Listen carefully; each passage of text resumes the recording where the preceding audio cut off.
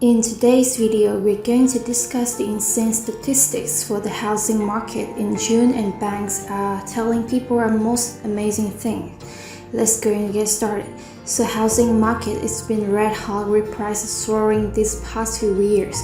Nobody is going to argue that, but this part month later is for sure gonna put a stop to that party. Inventory for the housing market has gone up by 19% compared to last year, while the median listing price hits another record high of $450,000. Is crazy. I remember growing, we used to be able to get houses in my area for around $130,000 to $115,000, not happening these days. But here's something that you guys have to look at carefully. The areas where we saw the biggest surges in demand during the health crisis are now among those that are seeing the biggest increase in supply confidence. I don't think so. Now let you guys decide yourself. Stocks and Raleigh went up by almost 112%, in Phoenix by 130%, and in Austin, housing inventory went up by almost 145%. Now pay attention to where we're seeing these spikes here, guys. Daniel Hill, chief economist at Realtor.com, said we expect to see additional inventory growth in July, building on accelerated improvements seen throughout June. Now he's also added that he expected more homeowners that may decide to sell, which will add to the supply even more, with buyers dealing with high costs and difficulty in finding a home and that they can actually afford. Now keep in mind this affects renters as well, so make sure you stay tuned. Now let's add to that mortgage rates that are still going up, which is still pricing a lot of people, a lot would-be buyers out of the housing market and back into renting, which also isn't affordable but the lesser evil. So what do you think is gonna happen, you guys? The more buyers that can't buy home because become renters or they stay renters. Well, there's a limited amount of rental properties available. There's a limited number of apartments available. So what's gonna happen? Well, the demand for rentals will go up, and so will your rent payments.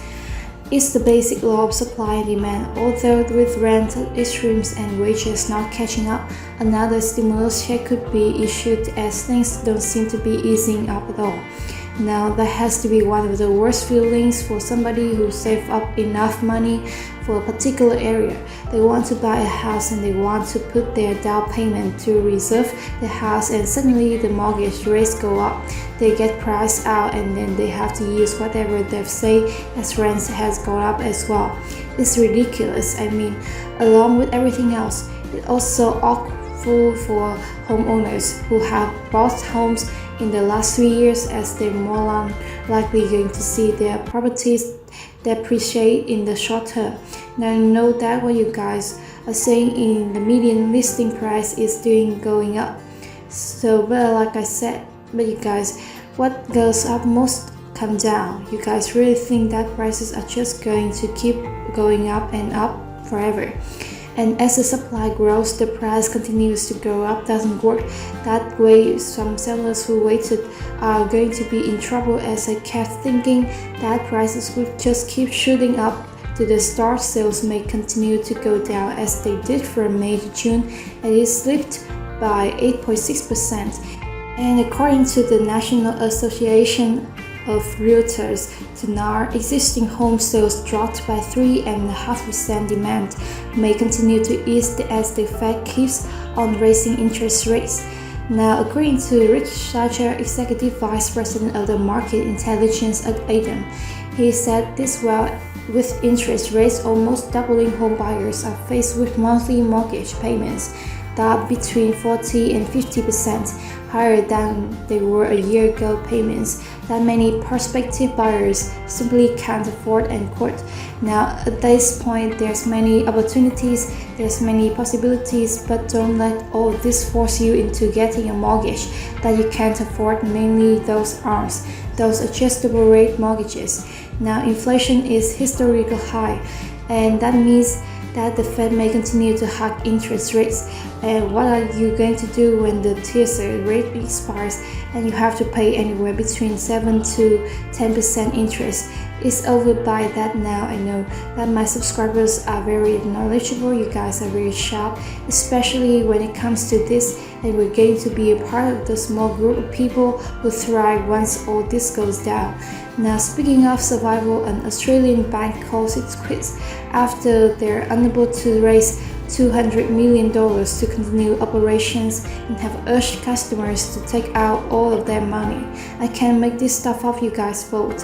A digital bank was launched back in 2017, and in about 5 years, they are now asking all 6,000 customers to withdraw around $100 million in deposit before they start closing the emails accounts. As their chief executive Steve Weston quote, he said this: "We built something as a team that Australia really needs to bring in banking, a competition to the market. You've got technology and capability that simply doesn't exist in Australia today. But for us to take that to a public launch, we need petrol in the car. To buy petrol, we need capital, and in current market, being able to raise the amount of capital that we need to be able to scale up was a task that we couldn't accomplish." And now it's quite sad to see startups that seem to mean well end up like this. And like we said in the past, the current economic meltdown that we're facing here is not remote, and it will continue to spill over into other countries as well. Can you imagine how difficult it would be for customers and investors alike? I mean, they pretty much just hold their money and maybe they couldn't get it back. We don't need to imagine, because another major crypto broker chose a wager. A digital asset broker has frozen all customer trading deposits, withdrawals, and loyalty rewards. Now, even with that announcement saying that it was going to be paused by July the 1st, now obviously people are angry and they're annoyed at the same time. But here's a few important notes from the July 1st announcement. I understand that this decision have a major impact, but they work quickly to lift all suspensions, but at the same time they also can't provide a time frame for it. So meanwhile, your money just kind of hanging up and you're in limbo for now. Now, if you've been following the channel for a while, you've seen hearing this similar story coming from multiple different banks and financial institutions. Now, isn't it getting scary how many times we're hearing a very similar story? I wonder how long it'll be until it is our bank that we personally bank with before we're affected by this, where they're saying that the app is still working but the debit cards are now frozen until further notice. So when you guys make this, is crypto really the future thing of being at the store and you have your Voyager debit card and suddenly you can't pay for anything because they froze your mind? I'm also reading threads that users can even access the app. It's just a complete mess. Now, this is the situation that we're dealing with right now. Everything's a mess, although we are for sure going to see more opportunities down the line. One thing that many Americans are waiting for are stimulus checks, and it's apparent that not all states can provide them. It's also worth noting that experts have blamed the last 3 packages for the inflation that we have right now.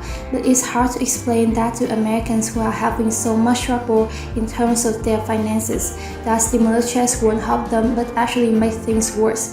And that's why it is important to note that the future holds better days. An important step that you have to do each and every single day is to keep yourself informed and updated.